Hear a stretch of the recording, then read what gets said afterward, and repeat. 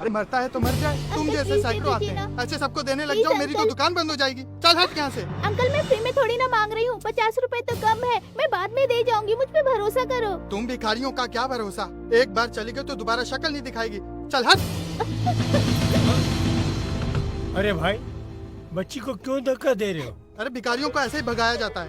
Uncle थोड़े पैसे कम पड़ रहे थे, ये दवाई मेरे पापा के लिए बहुत जरूरी है। कितने पैसे कम है भाई? 50 रुपए।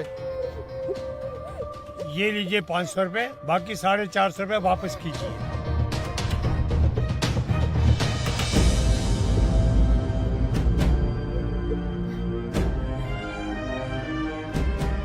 ये ले बेटा, पैसे भी ले जा बेटा, तेरे काम आएंगे। बेटा जल्दी से घर जा, अपने पापा को ये दवाई दे। Thank you uncle. जा। इस लड़की का बाप मरे ना मरे, लेकिन ये बुड्ढा जरूर मरेगा, ऐसे परोपकार करता रहा तो।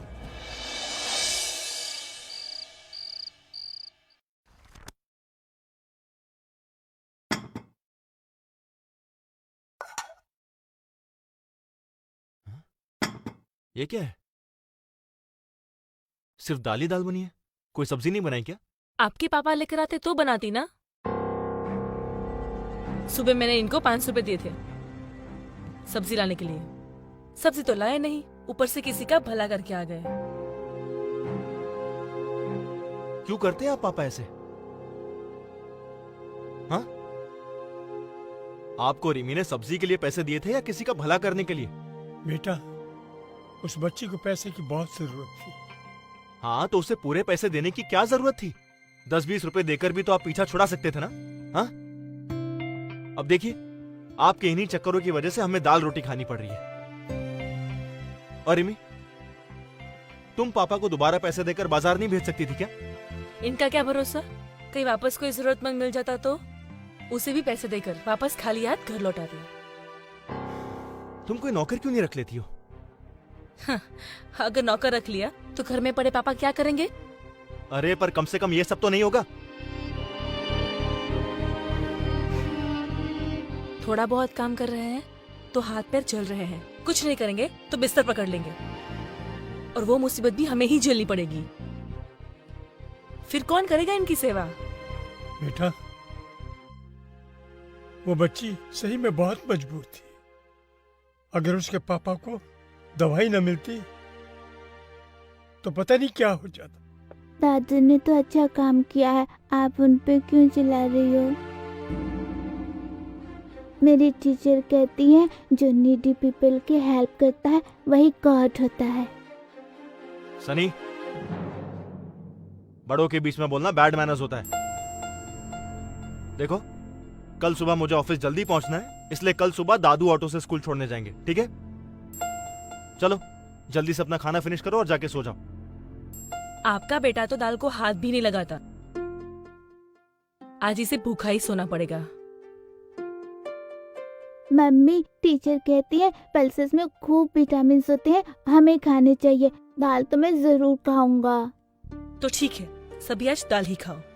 दादू, कभी कभी दाल भी खानी चाहिए, सेहत के लिए अच्छी होती है। दो।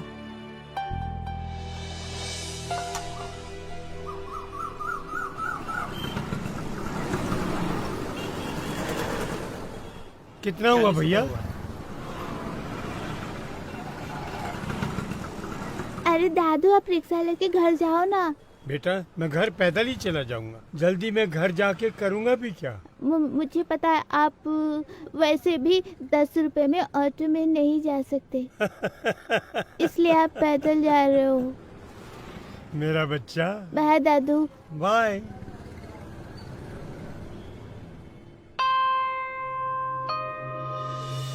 क्या हुआ बेटा? दादू, टीचर ने भी कहा था भगवान जब भी दुनिया में आए उन्हें लोगों ने बहुत दुख दिया, लेकिन भगवान तो नीडी पीपल की हेल्प करते हैं, तो पीपल उनको क्यों दुख देते हैं?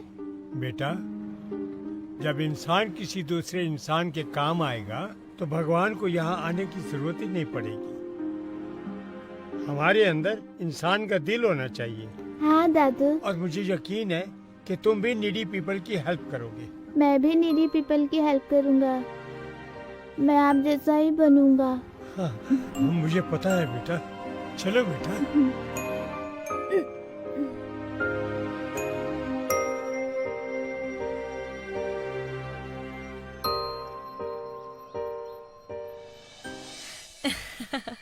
सच बड़ा ही सेक्सी ड्रेस था वो तो।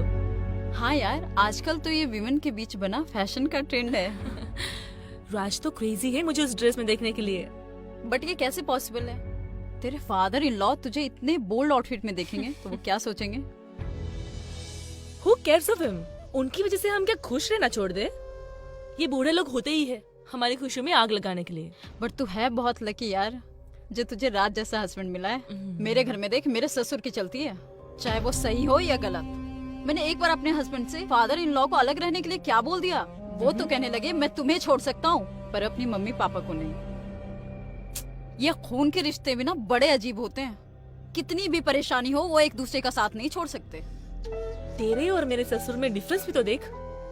तेरे ससुर की प्रॉपर्टी इतनी है कि उसके रेंट से तेरे घर का पूरा खर्चा निकल जाता है, और मेरे ससुर को देख, कमाते धमाते तो है नहीं, ऊपर से राज की कमाई को लुटाते फिरते हैं। ऐसा क्या करते हैं तेरे ससुर? घर का सामान लाने बाजार भेजती हूँ और खाली हाथ लौट कर आते हैं। कहते हैं उन पैसों से किसी की मदद कर दी। पता नहीं सच बोलते हैं या झूठ। आज की महंगाई में किसी को घर बैठा कर खिलाना कितना मुश्किल होता है पता है ना। एक तो इनको खिलाओ, ऊपर से इनकी घपलेबाजी भी झेलो। अरे इस सठियानी उम्र में ना लोगों का भरोसा ही नहीं है। इस उम्र में आकर आदमी और भी शौकीन हो जाते हैं। तुझे पता है मेरे नेबर में ना एक बुढ़ा रहता है, अपनी बहू से पैसे लेता था घर के सामान के लिए और कहता था किसी जरूरतमंद को दे दिया, और बाद में पता चला उसका किसी बार गर्ल के यहाँ आना जाना था। हे भगवान। पता नहीं इनका क्या चक्कर है। राज तो कहता है कि घर के काम के लिए कोई नौकर रख लो। अगर इनका पेट भरना ही है तो नौकर को अलग से पैसे क्यों दे, है ना। और वैसे भी आजकल हमारी जरूरतें पूरी ही नहीं हो पाती है। कितने दिन से राज हांगकांग के टूर की प्लानिंग कर रहा है, लेकिन इनकी वजह से कुछ पैसे सेव हो पाए तब ना। अब पता है कि घर में गेस्ट आए हुए हैं, मगर साहब अपने बेडरूम में आराम फरमा रहे हैं, जैसे घर में खूब नौकर चाकर हो। अरे पापा, देख नहीं रहे हो क्या? घर में मेहमान आए हुए हैं, जरा चाय तो बना दीजिए।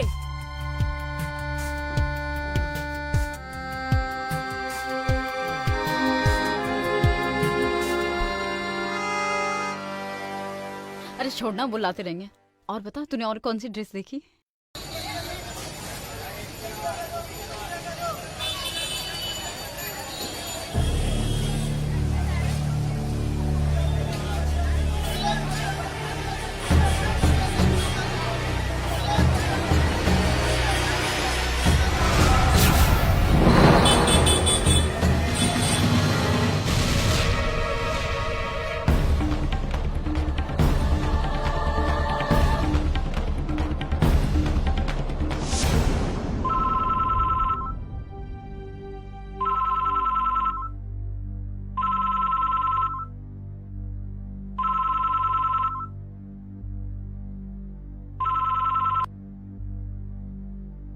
हेलो।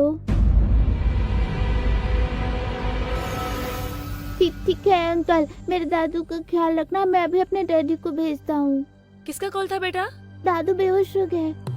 तो अभी इनका नया नाटक शुरू हो गया।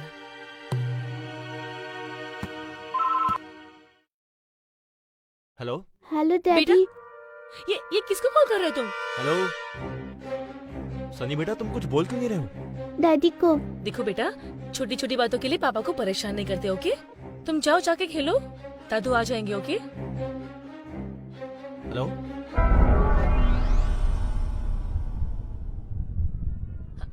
हेलो राज, मैं रिमी बोल रही हूँ। हाँ रिमी, क्या हुआ? सनी इतना घबराया हुआ क्यों है? सब ठीक तो है ना? कुछ नहीं बेबी, तुम्हें तो पता है ना कि वो छोटी छोटी बातों के लिए कॉल करता रहता है। तुमने मूवी की टिकट्स बुक कर ली है ना? डार्लिंग, संडे को तो मैं सिर्फ तुम्हारी ड्यूटी करता हूँ, तो ये बात कैसे बोल सकता हूँ मैं?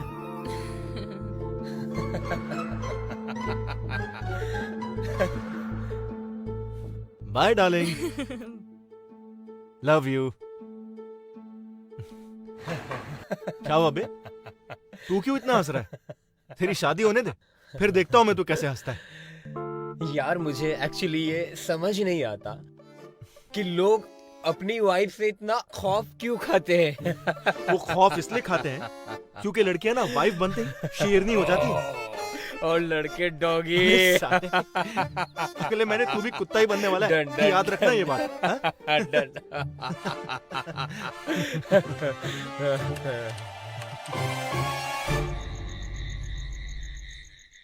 सनी, अरे मार क्यों रही हो मेरी बेटी को? बेटा तुम्हें मैंने पैसे किस लिए दिए थे? टीचर को देने के लिए। फिर पैसे कहाँ गए? स्कूल में मुझसे कहीं गिर गया। झूठ बोलता है। हाँ, मुझे सब मालूम पड़ चुका है। सच सच बोल। हाँ बताता हूँ। बोल। रन के डैडी एक्सपायर हो चुके हैं। उसके मम्मी के पास जॉब भी नहीं है। अगर उसकी फीस डिपॉजिट नहीं होती तो टीचर उसे स्कूल से निकाल देती। कितना अच्छा काम किया मेरे बेटे ने, क्यों मार रही हो तुम इसे? और अगर तुम्हारी फीस डिपॉजिट नहीं हुई तो तुम्हें भी स्कूल से निकाल दिया जाएगा। ये नहीं समझ में आया तुम्हें? अरे तुम्हें दोबारा फीस भर दूंगा, इसमें तुम्हें मारने की क्या जरूरत है? तुम्हारे पापा ने हमें क्या कम बर्बाद किया है तो ये भी उनके कदमों पे चल निकला। यहाँ हम अपना बजट संभालने के लिए अपनी जरूरतें कम कर रहे हैं और वो है कि दूसरों पे लुटाए जा रहे हैं। और तुम देखो, अगर तुमने दादू की तरह हरकतें की तो तुम्हें घर से बाहर निकाल दूंगी, समझा? उनको तो मैं कुछ कह नहीं सकती, इनको जो बुरा लगता है। हाँ।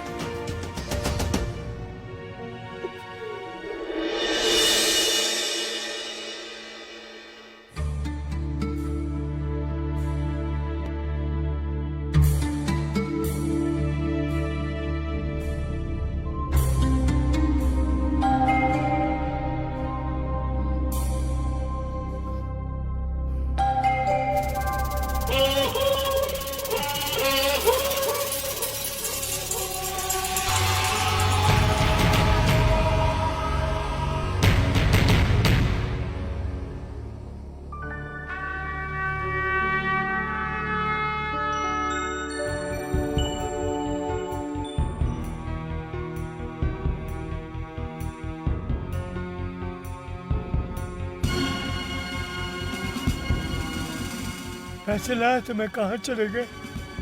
पैसे कहाँ गए? अभी तो जेब में ही थे, कहाँ गए?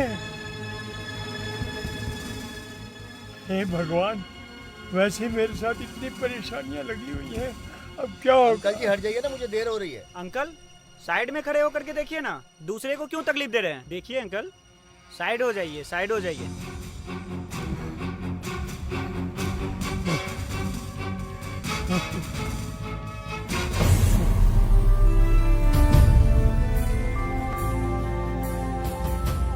पैसे तो है ही नहीं जेब में। मैं तो लाया था, कहाँ चले गए? क्या जवाब दूंगा उनको मैं? पहले मेरे ऊपर बड़ी मुसीबत पड़ी रहती, अब क्या जवाब दूंगा?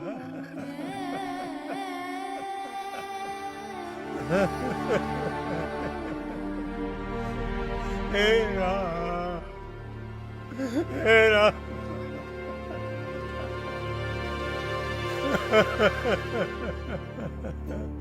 अब क्या करूंगा मैं?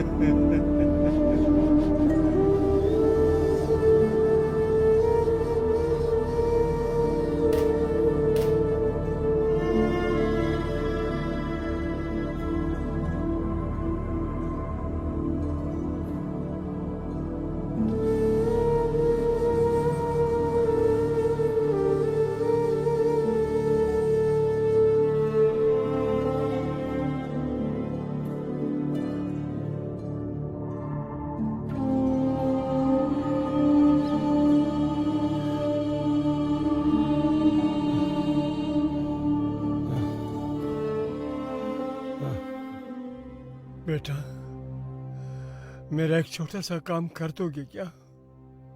सनी के आने से पहले मुझे कहीं छोड़ दोगे क्या?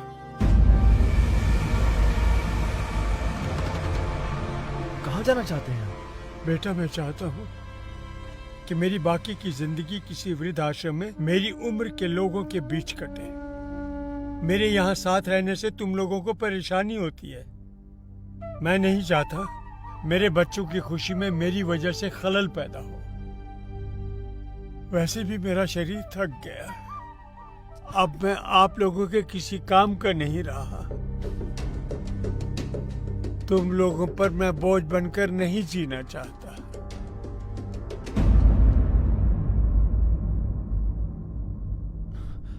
और सनी को कह देना मैं उसके जन्मदिन पर मिलने जरूर आया करूंगा। लेकिन पापा आप सनी की बिल्कुल टेंशन ना ले, उसे मैं समझा दूंगी। आपने जो डिसीजन लिया है ना, वो बहुत सही लिया है। और वैसे भी आजकल आपके साथ रहकर वो बहुत बिगड़ गया है, हमारी कोई बात नहीं सुनता। और वैसे भी राज, पापा ने जो डिसीजन लिया है ना, वो बहुत सही लिया है। वो वहाँ खुश रहेंगे और हम यहाँ।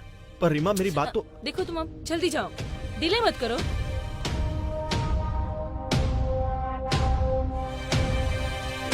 अरे पापा, आपने कुछ सेविंग की थी क्या, जो इसको आप ठेले में लेकर जा रहे हो? बेटा, जिंदगी का फर्ज निभाते निभाते मुझे सेविंग करने का मौका ही नहीं मिला। और जो भी सेविंग किया था वो आप लोगों के नाम कर चुका हूं। इसमें गायत्री की तस्वीर है, जिसे मैं अपने साथ लेकर जा रहा हूँ। मैं नहीं समझता ये आप लोगों के किसी काम की है। हाँ, वैसे भी ये हमारे काम की नहीं है। ले जाइए आप अपने साथ, ठीक है? वैसे भी फालतू चीजों के लिए हमारे घर में बिल्कुल जगह नहीं है। चलो, अच्छा हुआ गायत्री पहले ही चली गई, वरना आज उसका बोझ मेरे ये बूढ़े कंधे उठा भी नहीं पाते। चल बेटा, चल, अब मुझे विदा कर दे। जाओ ना।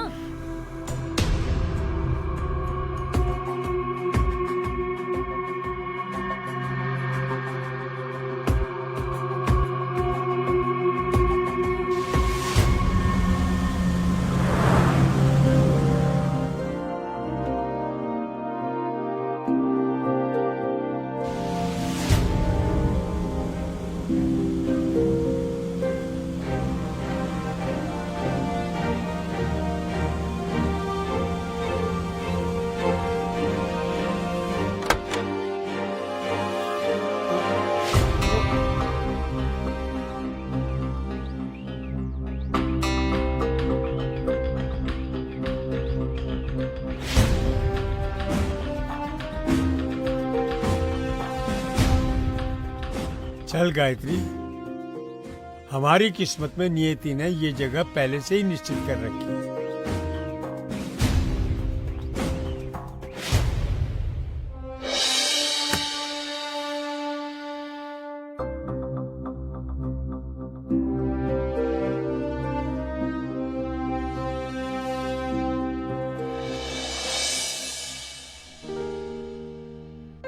आइए बैठिए। Thank you.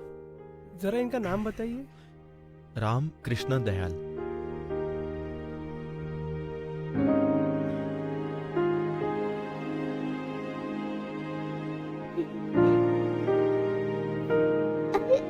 ये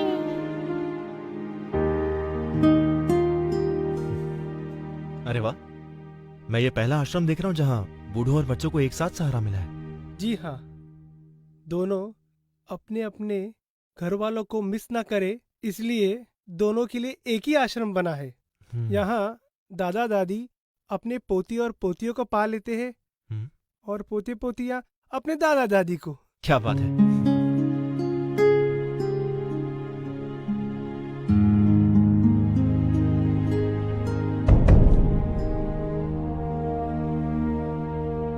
भाई साहब, वो आदमी कौन है जिससे मेरे पापा बात कर रहे हैं? कौन ये? हाँ। ये तो यहाँ के मैनेजर साहब है।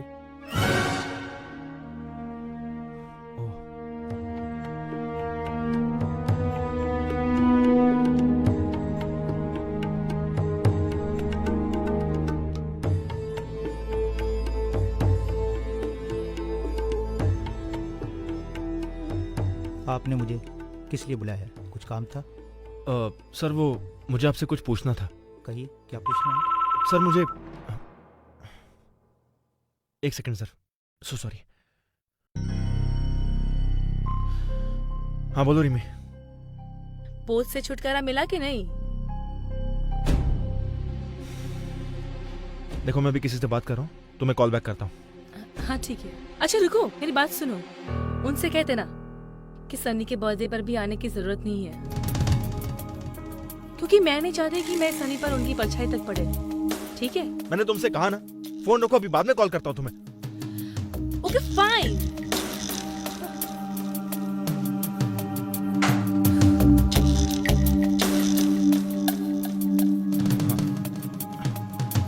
So sorry sir. सर वो मैं आपसे पूछ रहा था कि जहां तक मुझे पता है मेरे पापा यहाँ पहली बार आए हैं, लेकिन वो आपसे बातें तो ऐसे कर रहे थे जैसे वो आपको बहुत टाइम से जानते हो। बड़ी पुरानी पहचान है इस जगह से उनकी, मुझे अच्छी तरह से याद है।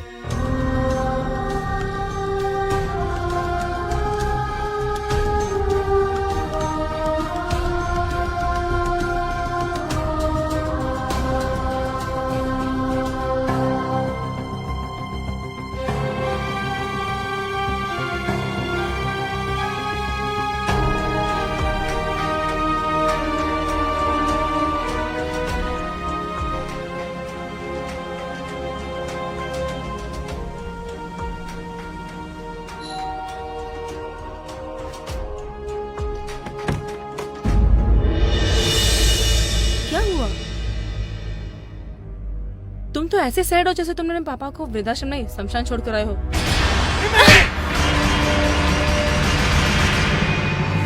तुमने अपने बाप के लिए मुझ पे हाथ उठाया? वो बाप नहीं है, भगवान है मेरे। भगवान?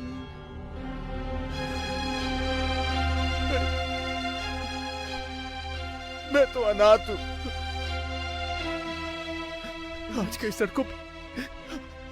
कई सड़कों पर भीख मांग रहा होता। अगर उन्होंने मुझे आश्रम से गोद नहीं लिया होता तो उन्होंने मुझे कभी एहसास नहीं होने दिया कि मैं उनका खून नहीं हूं। और आज मैंने उन्हें खून के आंसू रोने पर मजबूर कर दिया। ये सब कुछ उन्हीं का तो है। ये घर, मेरा नाम, मेरी पहचान, यहां तक कि तुम भी। क्या तुम्हारे पापा मुझे अनाथ को तुम्हें सौंप दे? बोलो। ये तुम्हें कैसे पता चला? किसने बताया तुम्हें ये सब?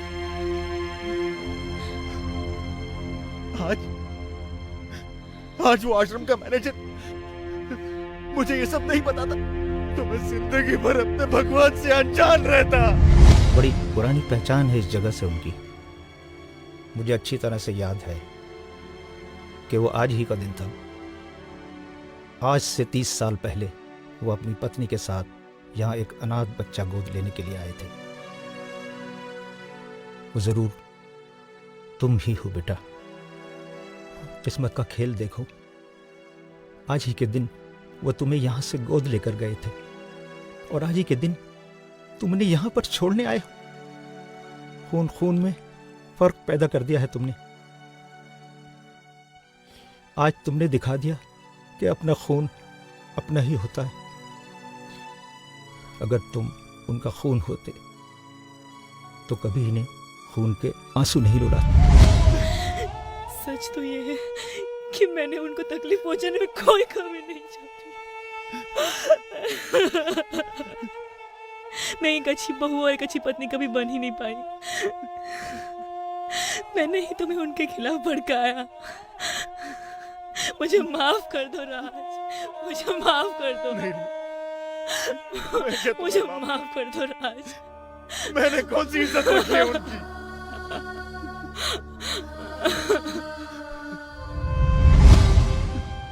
मैं उनके पैरों में गिरकर बहुत रोया, बहुत गिड़गिड़ाया, पर हमने उन्हें इतनी तकलीफें दी है कि अब हम उनका प्यार कभी वापस नहीं पा सकते।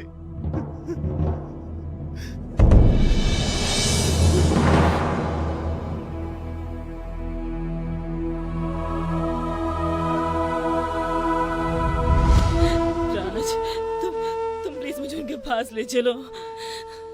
मैं उनके पैरों में तब तक सर पटकती रहूंगी जब तक वो हमें माफ नहीं कर देते।